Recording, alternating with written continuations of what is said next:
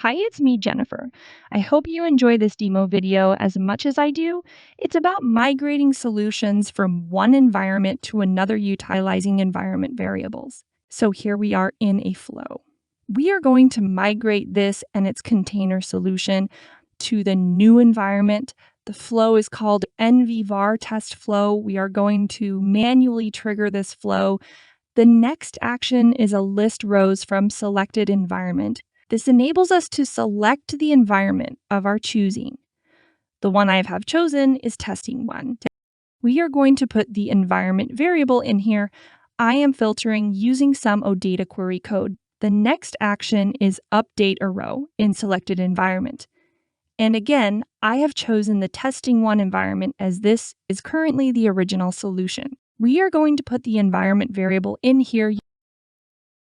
So here we are in the solution. You can see all the components or the artifacts, and we have a variety of things: flow, references, environment variables, and tables.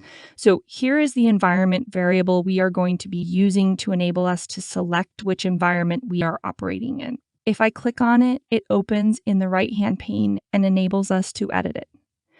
We have got the display name, data type, and connector.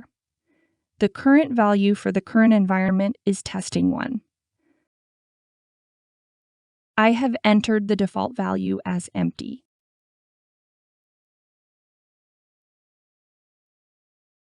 We can also see here the table we are going to be using for this demo, and it's called Top Selling Microsoft Software. Let's have a look at the data. We can see here that in the software name column, we have a value of Microsoft Azure, and we have other softwares listed also.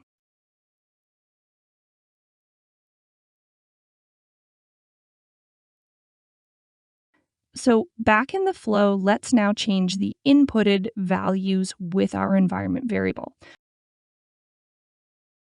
So we click into the box and select custom value, and we select the environment variable we require.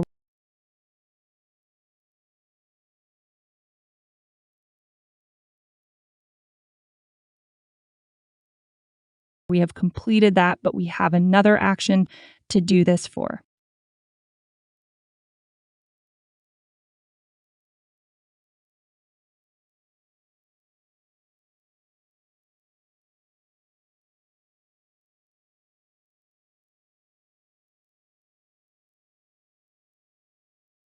We then save the flow.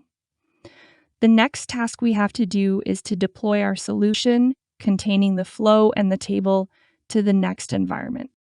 Normally, if deploying from a dev environment, the next will be a testing or a production or pre-production environment. This depends on the scale and customer requirements of the solution build. So the first thing we need to do is publish all customizations in the solution. So next, we need to move or migrate the current solution from this environment to the next. If we come back to the solutions view, select the solution. We can use the solution checker if you wish, or just go straight to the export solution, as I shall do now. Here, I publish first, otherwise, not all changes will make it through the migration. Next, we can select the managed or unmanaged solution. Here I am selecting managed as it is going to a production type environment. Click export. That will take a while. We have a currently exporting solution at the top. So the solution has successfully exported. We're going to click the download button. That downloads it to my downloads folder, as it is a Windows machine I am using. So what we are going to do is import this file into the destination solution. So let's now go to the destination environment and import the solution.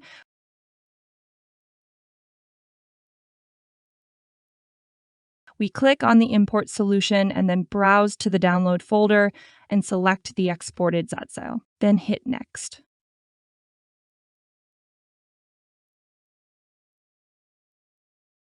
We have some dependencies here, which we are going to have to solve.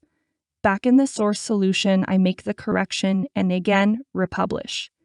And then again, export it and import it into the destination environment.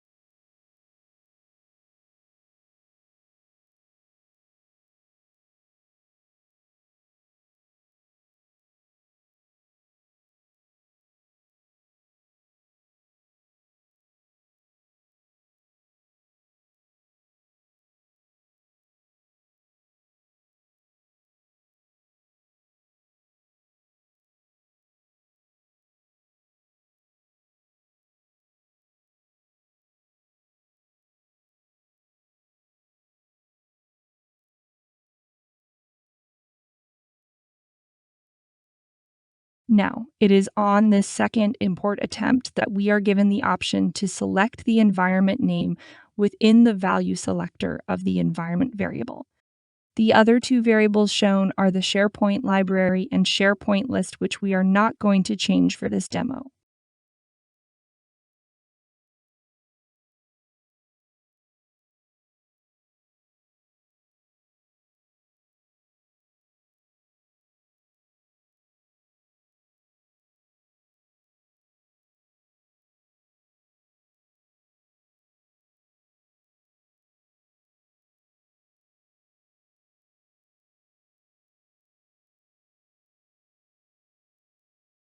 As you can see, we cannot edit the exported solution as it is a managed solution. Thanks for watching. See you all again real soon.